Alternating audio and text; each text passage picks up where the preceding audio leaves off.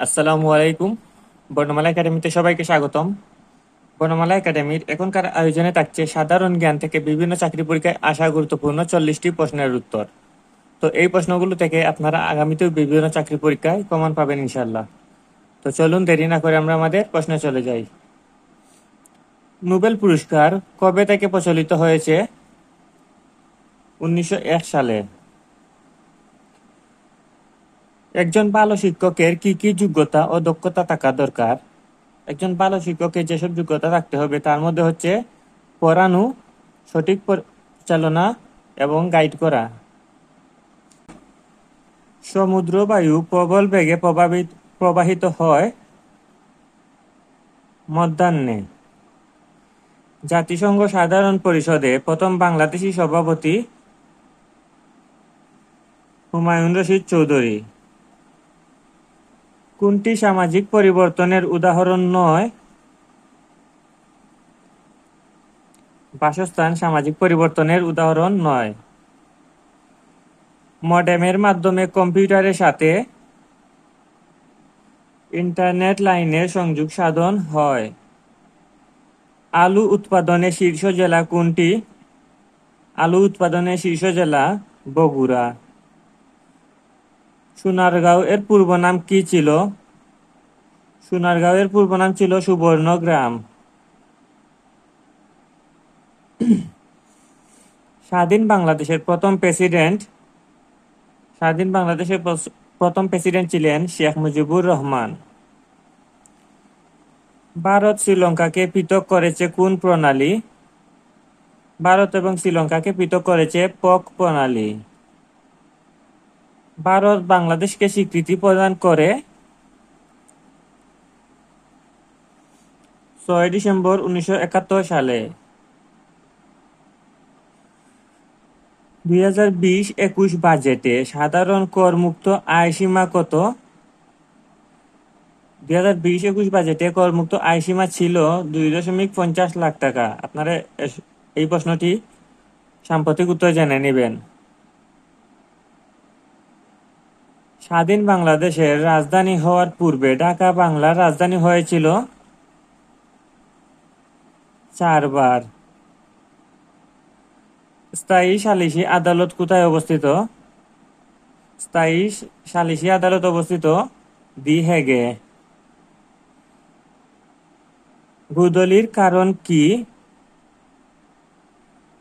গুদলির কারণ হচ্ছে বিক্ষেপণ। পৃথিবীর শক্তির মূল উৎস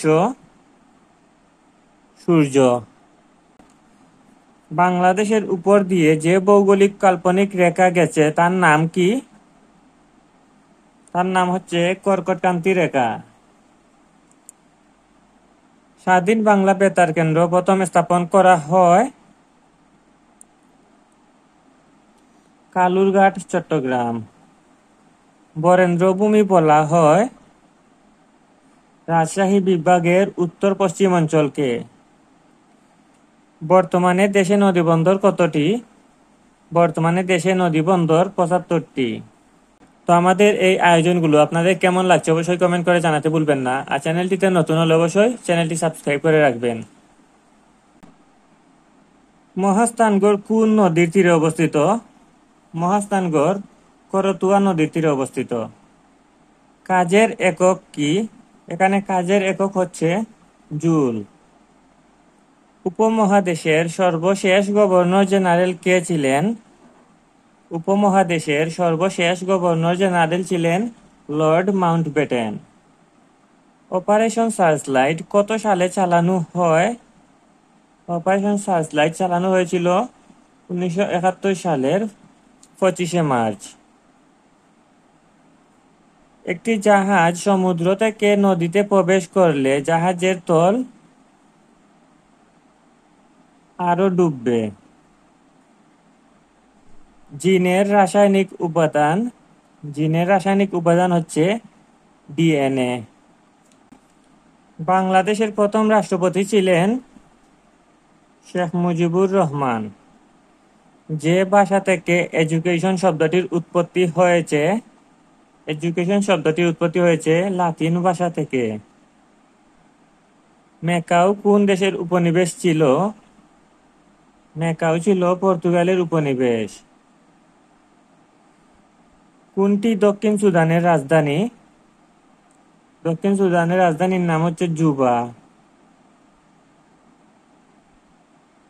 বীর প্রতীক খেতাবপ্রাপ্ত একমাত্র বিদেশি মুক্তিযোদ্ধা? WAS ওডারল্যান্ড। বাংলাদেশে সবচেয়ে বেশি অস্ত্র আমদানি করে কোন দেশ থেকে? চীন থেকে সবচেয়ে বেশি অস্ত্র আমদানি করে। নজরুল মঞ্চ অবস্থিত বাংলা একাডেমিতে। বিশ্ব স্বাস্থ্য সংস্থা কোভিড-19 বৈশ্বিক মহামারী ঘোষণা করে কবে? 11 মার্চ 2020 সালে। বাংলাদেশের প্রথম ওয়াইফাই সিটির নাম কি? বাংলাদেশের প্রথম ওয়াইফাই সিটি হচ্ছে সিলেট। বাংলাদেশের মুক্তিযুদ্ধে নৌ কমান্ডোর সেক্টর, এখানে নৌ কমান্ডোরের সেক্টর ছিল 10 নং সেক্টর। চা এর আদিবাস হচ্ছে চীন। বাংলাদেশ এশিয়াটিক সোসাইটি প্রতিষ্ঠিত হয়েছিল 1952 সালে। রাশিয়ার মুদ্রার নাম রুবল। ঢাকা বিশ্ববিদ্যালয়ের প্রথম উপাচার্য? PJ hertz. তো এই ছিল সাধারণ জ্ঞান থেকে সাম্প্রতিক চাকরি পরীক্ষায় আসা গুরুত্বপূর্ণ 40টি প্রশ্নের উত্তর। এই প্রশ্নগুলো থেকে আপনারা আগামীতেও বিভিন্ন চাকরি পরীক্ষায় কমন পাবেন ইনশাল্লাহ। তো ভিডিওটি কেমন লাগলো অবশ্যই কমেন্ট করে জানাবেন, এবং এমন ভিডিও আমরা আগামীতে আরো নিয়ে আসবো কিনা সেটিও কমেন্টে জানিয়ে যেতে বলবেন না।